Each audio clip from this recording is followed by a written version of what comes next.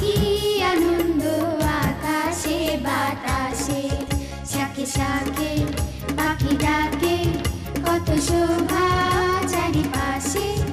আহা কি আনন্দ আকাশে বাতাসে। ঘুম থেকে উঠে দেখি সোনালি হাসি, শ্যামল বাংলাদেশ তোমার ছায়ায় আনন্দে থাকি। বন্ধুরা শুভেচ্ছা নাও আহা কি আনন্দ অনুষ্ঠানে। আমি আছি নুসরাত, তোমরা থাকো আমাদের সনে। আহা কি আনন্দ আকাশে বাতাসে। বন্ধুরা শীতের হাওয়া কনকনে, কুয়াশা ঢাকা গা, উদাস হাওয়া খেলা করে, মনটা উড়ে যা। চলো শুনি বন্ধুদের গানে।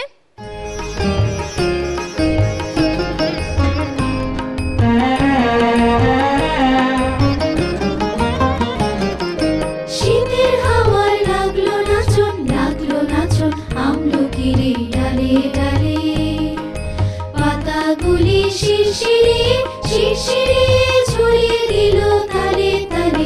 শীতের হাওয়ায় লাগলো নাচন, লাগলো নাচন আমলকিরে ডালে ডালে।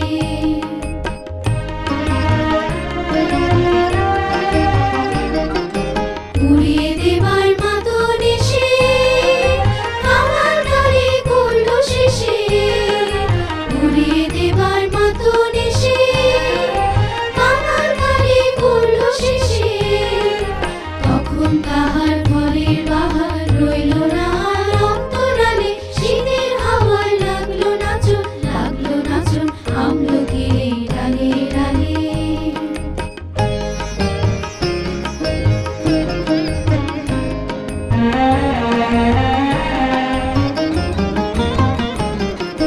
শূন্য করে ভরে দেওয়া যাহার খেলা, তাই লাগি রইল বসে সকল বেলা, তারই লাগি শীতের পরশ থেকে থেকে যায় বুঝি ওই ডেকে ডেকে। শীতের পরশ থেকে থেকে যায় বুঝি ওই ডেকে ডেকে।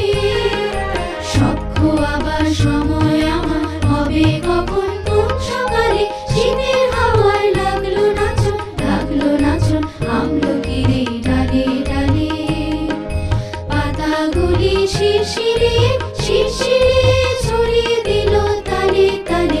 শীতের হাওয়ায় লাগলো নাচন, লাগলো নাচন আমলকিরে ডালে ডালে।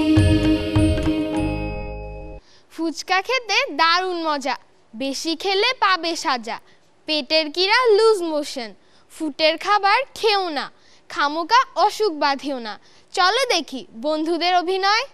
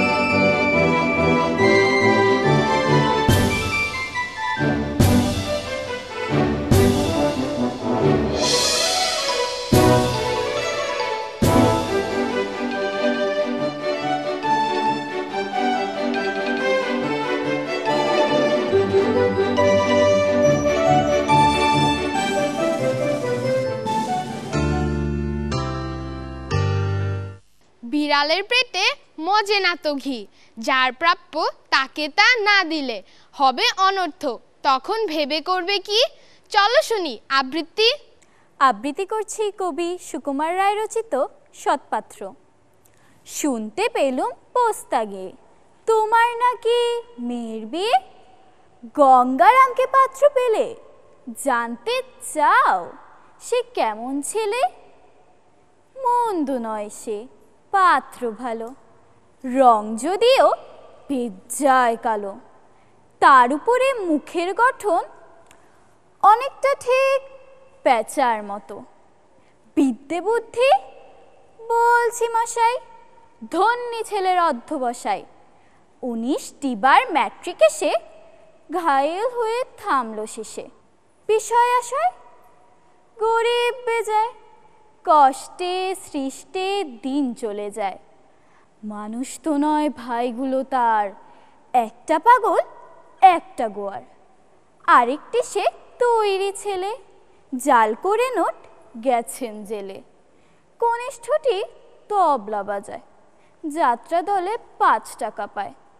গঙ্গারাম তো কেবল ভোগে পিলের জ্বর আর পাণ্ডুরোগে, কিন্তু তারা উচ্চ ঘর, কংস রাজের বংশধর। শ্যামলাহিরি বনগ্রামের কি যেন হয় গঙ্গারামের।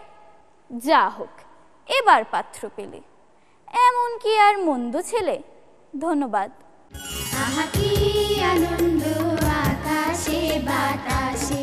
বন্ধুরা, ফুটবল নিয়ে আমরা কেবল স্বপ্ন দেখে যাই, ফুটবল মোটেও দেয় না ধরা, অধরাই থেকে যায়। ফুটবল নিয়ে ভিন্ন ধারার চলো দেখি এবারের আয়োজন। বলছি ফুটবলের আবোল তাবোল, লিখেছেন প্রিয়শঙ্কর বন্দ্যোপাধ্যায়। শুধুই দর্শকবৃন্দ, এক রাশ প্রীতি আর শুভেচ্ছা। দেশের চিত্র পাল্টে গেছে রাতারাতি, চারদিকে ফুটবল নিয়ে মাতামাতি। আলোচনায় ফুটবল বিশ্বকাপ খেলা, কেটে যায় সকাল দুপুর বেলা। তাই আজ আমরা আমন্ত্রণ জানিয়েছি একজন ফুটবল বিশেষজ্ঞকে। তিনি হলেন চৈতালি চৌধুরী। আমাদের সাথে অতিথি হিসেবে আছেন প্রতিভা প্রীতম। আচ্ছা চৈতালি চৌধুরী, আপনি কিভাবে ফুটবল বিশেষজ্ঞ হলেন?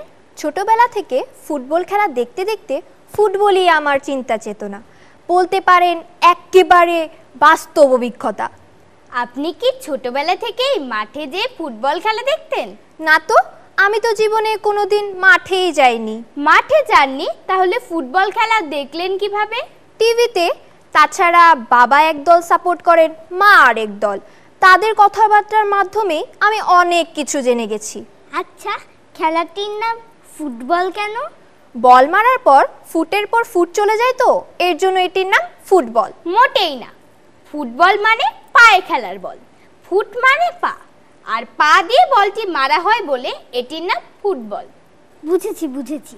আচ্ছা, ফুটবল খেলার মধ্যে সবচেয়ে গুরুত্বপূর্ণ ব্যক্তি কে? গোলকি।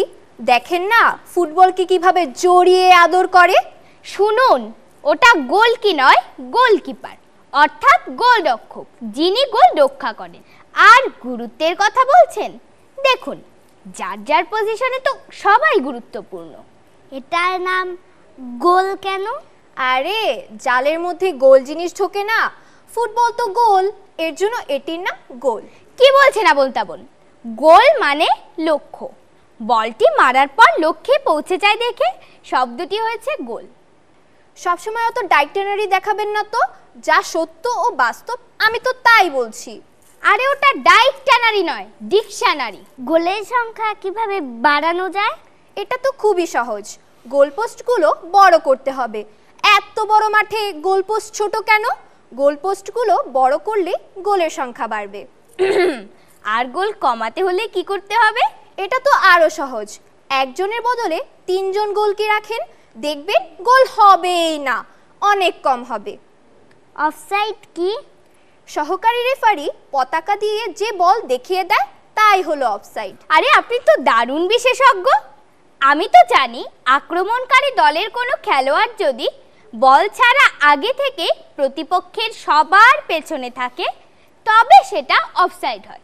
আপনি জানেন আর আমি দেখি, কত দেখলাম। ফুটবল কোথা থেকে এসেছে? ঘর থেকে।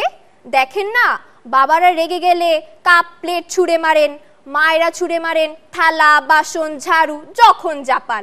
আগে ছিল ছোড়াছড়ি, আর এখন ফুটবল নিয়ে কারাকারি। আমি জানতে চেয়েছি ফুটবল কোন দেশে আবিষ্কৃত হয়? সব দেশেই। কি বলেন? ফুটবল সর্বপ্রথম ইংল্যান্ডে আবিষ্কৃত হয়। লেফট উইং এর কাজ কি? উইং মানে পাখা বা ডানা, লেফট উইং মানে হলো বাম ডানা তুলে বল মারা। বাবা, আপনি আসলেই জ্ঞানী। খেলার মাঝে বিরতি থাকে কেন? হাফ এন আওয়ার না দিলে একদিকের দল আরেক দিকে যাবে কিভাবে? আরে ওটা হাফ এন আওয়ার নয়, হাফ অ্যান আওয়ার, মানে খেলার সময়ের অর্ধেক। সবাই যা বলে আমি তো তাই বলি। নকআউটে খেলার ফল না হলে কি করতে হয়?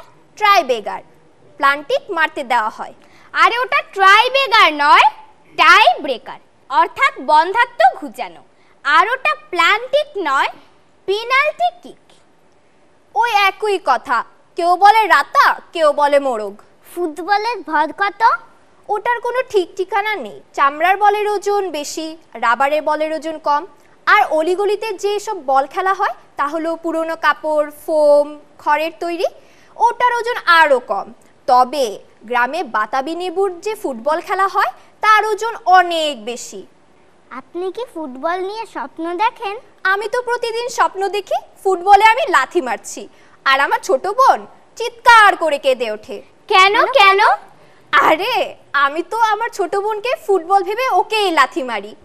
রেফারির হাতে বাঁশি থাকে কেন? ফুটবল তো ছন্দের খেলা, রেফারি বাঁশিতে সুর তোলে আর দর্শকরা চিৎকার করে তাল দিয়ে দেয়। আরে কি বলছেন এসব? রেফারি তো বাঁশি দিয়ে কল দেন, তার কথা তো কেউ শুনবে না, এজন্য বাঁশি বাজান। শুধু দর্শকবৃন্দ, আমাদের ফুটবলের আবোল তাবোল অনুষ্ঠান বেশ জমে উঠেছে। দেখা হবে আগামী পরে। আসবো ব্রাজিল আর্জেন্টিনা নিয়ে। তবে আমাদের বিশেষজ্ঞের কথাই কিন্তু কেউ কান দিবেন না। না না, একদম না। টাটা, সবাইকে ধন্যবাদ। যিনি এই প্রাণ দিয়েছেন, দিয়েছেন এই দেহ, তারই দয়ায় মানুষ জাতি হয়েছে শ্রেষ্ঠ গণ্য। আমরা তাকেই বলি ধন্য। চলো শুনি মিষ্টি বন্ধুর গান।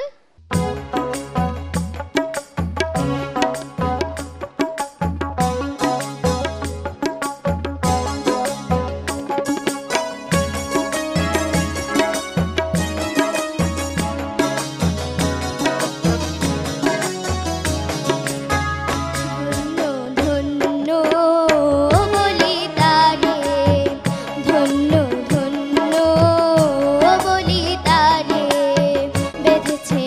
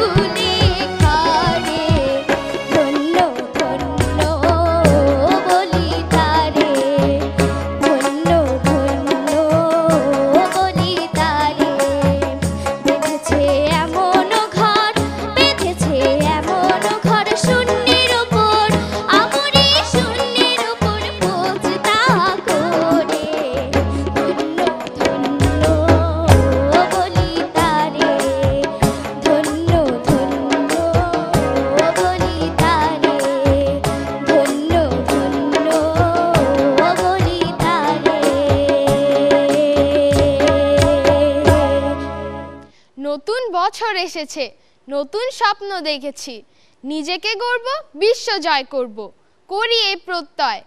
আজ নিচ্ছি বিদায়, দেখা হবে আগামী পর্বে। ভালো থাকো সবাই, আল্লাহ হাফেজ। আহা কি আনন্দ আকাশে বাতাসে, শাকে শাকে পাখি ডাকে, কত শোভা চারিপাশে।